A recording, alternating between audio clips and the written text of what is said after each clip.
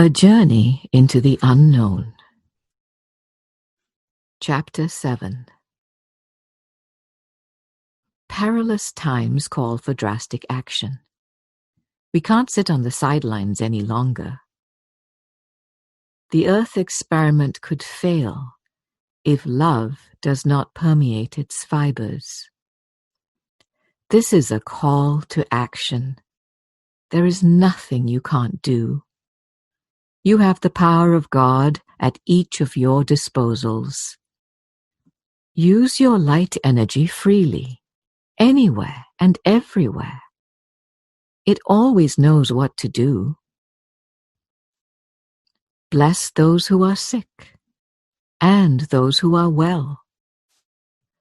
Don't judge appearances, but know that everyone here needs your blessing. They need your extension of God's love for healing. That leads to perfect joy, perfect health, and abundance of all things that are truly needed and helpful in this life. You may work at a job, but the job itself is not really the reason why you are there. The saints have been strategically placed to hold this precious energy and to share it. This is always the true reason for you being anywhere physically. Your body is a vehicle for your spirit. It takes your true self where it is needed. Love accepts all.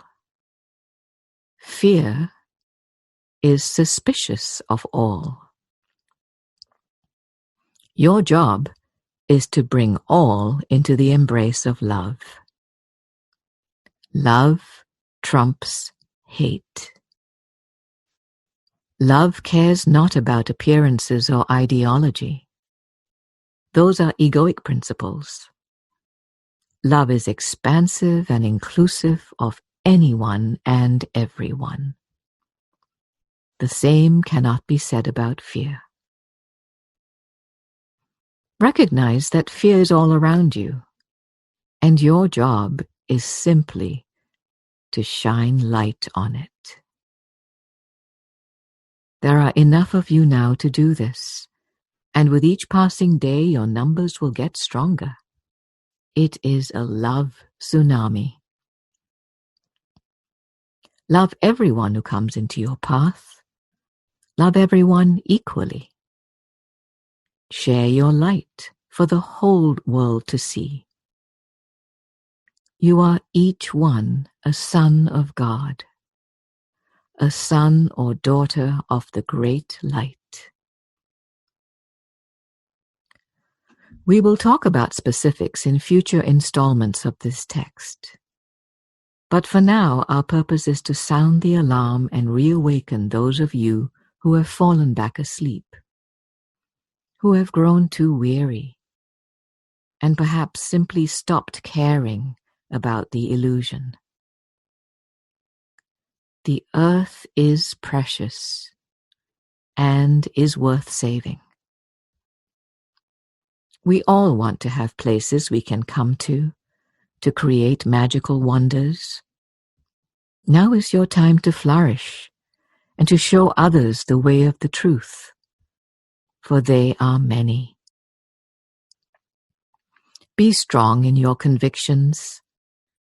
There is and will be great opposition to the principles that we stand for. This is the time for the harvest, but there is a deep frost. Even factual truth is under attack. Hold on to your hats. There is a storm coming. Chapter 8. The importance of today's message is for each of you to take a proactive stance that is protective of those around you. There cannot be a mass shooting and loss of life, with all of the misery that this entails, if a Christed daughter or son is in that place. It's much easier for everyone involved if we can prevent as much destruction as possible. Love always supports the weak and vulnerable. Love your neighbors as yourself because they literally are part of the one self, here to grow and develop into full-bodied souls just like you. We want to eventually eliminate all tragic things that take lives away and stop soul growth in that particular mind-body vehicle. Miracles save time, remember? You are each a miracle, and we seek to add to your numbers by leaps and bounds. The more of you that there are, the greater our influence will be, and the more powerful we will become. This is when we will see the greatest amount of positive change on the earth. Having Christed souls from all walks of life is a crucial part of the plan. People from all religions and from no religion.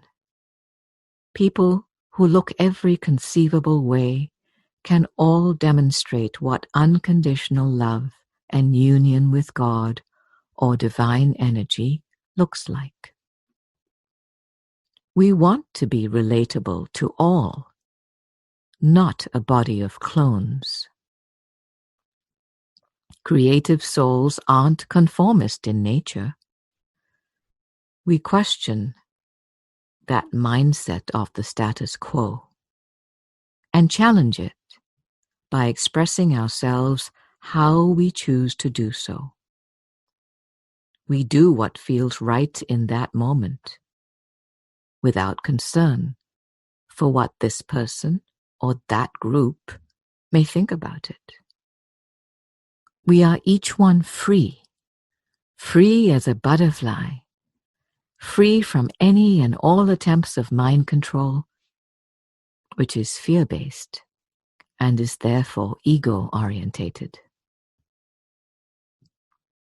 Our Christ energy was maintained for a long while before it became sustained as a new way of life. We go where this energy takes us and do what it offers us. The energy of the 1960s is all we know.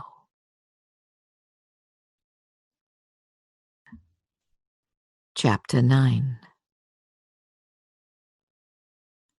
The trick to sustained Christ consciousness is knowing when you have reached the tipping point, and this is all you know. You see Christ as a developmental and developing entity in everyone, and you are aware of the built-in resistance, ego.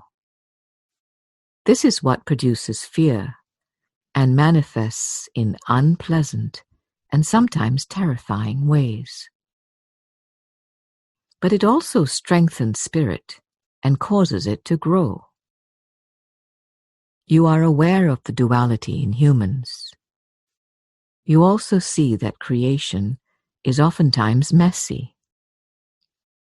But there is really only one thing going on, which is the growth of the soul.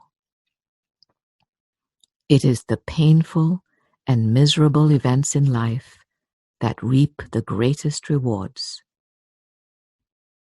So don't get caught up in what you see on the news. Just know that the involved souls needed the lessons to be delivered to them in harsh envelopes, as each of you have experienced many times in previous lives or incarnations. There really isn't any good and evil. And there really isn't duality. There is love, and there is pushback. The pushback is not evil, although it produces unwanted, unwelcome, and evil-appearing side effects. That's what they are, and that's all they are. The effects of resistance to love don't really have any power, although it sometimes seems like they do. They are not inspired by an enemy of God, as God has no enemies. The human ego or operating system is fully capable by design to resist love and create horror. But again, everything that egos create is temporary. The lessons that arrive on the doorsteps of those who lie, steal, harm, and even kill negates or erases the karma eventually. There are debts owed here, and they will be paid back one way or another. Life can be trusted in this way. Your job is to keep all of this in mind, but look through what your eyes and ears show you, and do your work of watering the souls of your brothers and sisters. There are many blessings that are very appropriate here. May the love of our Father, Mother embrace you, is one. I know you as an expression of love, is another. The words do not matter as much as the intent and sometimes the proximity. Just like how you experience summer when your part of the world is closest to the sun, some individuals need a heavy dose of your presence more than others. Some things need a 450-degree oven, while others are fine at 325 degrees. There really is a science behind what we do.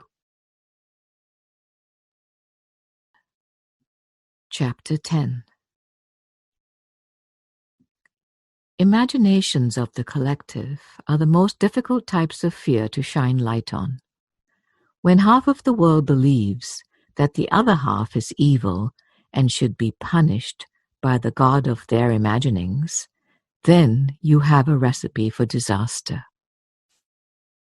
This has always happened here, but not to this degree, and not in such a widespread manner. There are leaders who have taken advantage of the collective fear of the other and harnessed it for their own selfish motives. None of this is love, because love never needs to be protected. It only seeks to extend itself. Ideology is an oftentimes confusing, jumbled-up collection of thoughts about how things should be and who is to blame for why they aren't. It is the cement that holds the illusion together. How are we to combat this? Simply put, it makes things harder. But we still operate in the same manner, blessing all of those who are in its grip. What we teach is freedom from what so many have latched onto.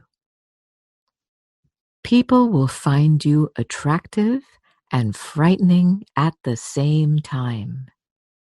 Stay out of the conflicts, but light the path to the exits. Some of the most fearful ideology is generational. The old being replaced by the young is nature's remedy for extreme viewpoint melting. Until then, observe the incredible strength of egoic thought and know that it does not represent the true power of the universe. It is illusion. It is what we seek to transform so that we can claim the earth as a 3D extension of our true nature. Again, many feel threatened by us and what we represent. Freedom is very frightening for those who want to be told what to do and what not to do, by people who are actually taking advantage of them, exploiting their fears for their own personal gain.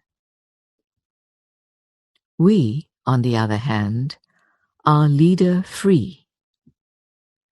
We come from the widest backgrounds imaginable and show that the old concepts of leader and follower no longer apply. We each walk with 1 foot in this world and 1 foot in the spiritual realm, as expressions of he, she, who sent us here to do their work. We each complement each other. There is no competition here. We do not see one another as others. We are united in oneness because we each know the truth of who we are. We are no longer characters defined by good things that happened in the past, bad things, things we like and things we don't, roles we play, aspirations we have for the future. None of this matters any longer. I don't really exist because I am is my true identity, as it is yours. It is a shared identity with trillions of different aspects, different manifestations. Some of us may have green hair. Some have beards and wear high heels. But underneath, we are all the same. We are God, who has been here all along, hiding in plain sight. This is what we teach. Chapter 11. Imagine a world where all who dwell on it know the truth of who they are. This is our aim. We tolerated all of the lies, but now things need to speed up. The most important thing now is that you don't live in lies anymore. You aren't really a separate person any longer, so all of those definitions have fallen by the wayside. You are a spirit, gender-free, past-free, and limitation-free. You are in the holy instant and are in a constant exchange and dialogue when called to do so. You are as gentle as lambs when conversing with your brothers and sisters, and your message is simple enough for the uninitiated levels of understanding. Over time, your physical form may change and will reflect who you have become, bringers of light. We seek to bring understanding and the comfort that this brings to those who only know physical reality. We don't tell God what to do. We tell others what God is doing, and through the miracle, help them to accept and understand their life situations and the meaning or content of those situations. Teaching about the spirit world and how it is our true home is one of the most important things you can teach during these times. We are not our bodies, and we never truly die. We just keep transforming. There's never an end. Chapters end, and books end, but new ones are always beginning. Death is the biggest illusion of them all. Chapter 12. Knowing who you are and knowing who you aren't is pivotal here. You aren't the same person you used to think of yourself as. Other people may still see you that way, but the former owner has left the property, although your belongings remain. You still have a name that you respond to. You still have worldly responsibilities and old relationships, although many of those have transformed from special relationships to holy relationships, at least on your part. You can't truly have a holy relationship with an unconscious or uninitiated person. You are now in relationship with everyone and everything. Can the sun deny light and warmth to those it deems are unworthy? No, it is available to all, as is your light and warmth. You no longer need to be validated by human relationships. There is nothing they can provide because you have it all. You are not in need of anything a human could provide. You already have it all.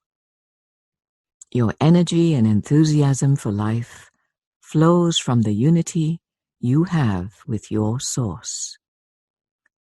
This is the divine self, not the small self in isolation. This is what you model to those in separation. That there is another way to live here. That something else is here. That humans have an identity crisis that you once shared, but allowed to heal with just a little willingness on your part. You are each at one with your Creator, who doesn't live up in the sky somewhere. He, she, lives inside each of you, and now lives as you. The old you of ideas has been cast aside. This is the dawn of sustained Christ consciousness on the earth. In the Bible, it says that God had one Son. It can also be said that God has one Son. You are each mighty and powerful rays of that Sun. Nothing can stop us now. We are each transforming the landscape. Chapter 13. The time has come for a new approach to living here, one that is radically different, one in which the old you isn't here at all. In its place is the divine you, a representation of the one self, a self where a fully mature soul is in a leadership role. This is the elevated self of form that was taught in A Course of Love. Hold on to your hats, ladies and gentlemen, because mature souls don't react like egos do. They see everything with a clear lens. The day-to-day drama doesn't bother them in the slightest. They model peace in the midst of human drama, without being part of it, without allowing thoughts and behavior to affect them. You are non-reactive now. You observe and bless instead of react and enhance the situation by making it bigger. You see, on Earth, problems and situations of all types tend to get bigger because of all the reactivity, the negative energy that keeps getting piled on top of what was already there. This stops with you. Saints don't judge things as good or bad any longer. They see products of love and products of fear. The latter is blessed and brought into alignment. We don't fix anything, generally speaking. We just stop more negative energy, judgment, from attaching itself to the situation, causing it to grow and worsen. Then, we perform miracles to help acceptance grow, and to help other souls discover new ways to prevent these words and behavior from doing harm in the future. Sounds easy, right? Well, it gets easy with practice. It becomes more natural the more you practice it. Non-reacting is the answer to so many human problems. Reducing negative energy by replacing it with loving acceptance is key to changing things on this planet. Chapter 14. Today's topic is sex. The need and desire for this type of intimacy between one body and another is largely left in the past for many of you. Humans are sexual beings because of the need for procreation and the desire for reunion with something they believe they have lost contact with. The sex drive is very powerful. The failure to control it has complicated so many lives. We, on the other hand, have weakened sex drives because the union with our Creator has been restored. Our relationships with others are not need-driven. They are enhancement-based. They are beyond the body experience. Is sex wrong? No, not at all. It's just that for us at this point, having a life of celibacy is preferable and less complicated. We have intimacy in union with God and with all. Unless sex is a part of a holy relationship, it can be harmful and confusing to those who believe they are bodies. This topic has to be a personal choice, but the natural flow has taken many of you into celibacy, and this is a natural development. In the spirit world, sexual intimacy is not part of our experience because it is not needed. You each live in our world and are seen here. You reflect our values. Be cautious with sexual expression. The choice is yours, and we support whatever that is. Know, however, that if it hasn't happened, that celibacy will be knocking on your doorstep one day soon. Chapter 15. The passing of the guard is a concept we wish to return to as today's topic.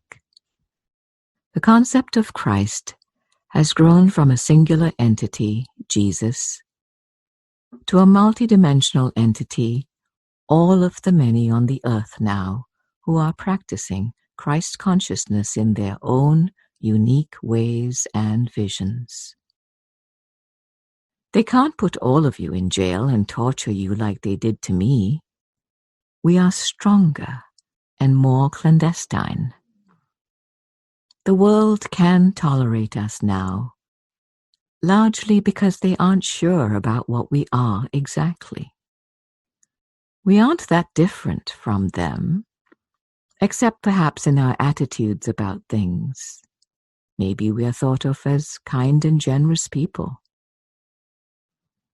Make yourselves available to those who seek you out. Share the truth, which is the truth about the identity crisis here. Provide resources if asked to do so. Share channeled writings or web-based content that is meaningful to you and has helped you to blossom. Share writers who teach about the truth. In other words, plant seeds.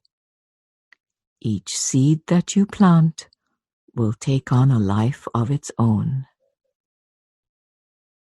We don't concern ourselves with someone's spiritual journey itself. We are not in charge of the atonement and awakening process. We are the farmers who plant and nourish seeds. Discussion groups work for those who are more socially oriented. Some souls, however, do better in a one-on-one sharing encounter. Do you have the first 2 volumes of this trilogy, as well as other spiritual books, sitting on a shelf or in a box somewhere? Give them away, or at least allow them to be borrowed. They can't work their magic unless they are opened by a curious and willing reader. Teach the concept of sharing. Not only information can be shared, but everything can be. We are just visitors here and own nothing. That dollar in your wallet isn't really yours. If it is just sitting there, and you have no real need for it, then share it. That's what it's truly for.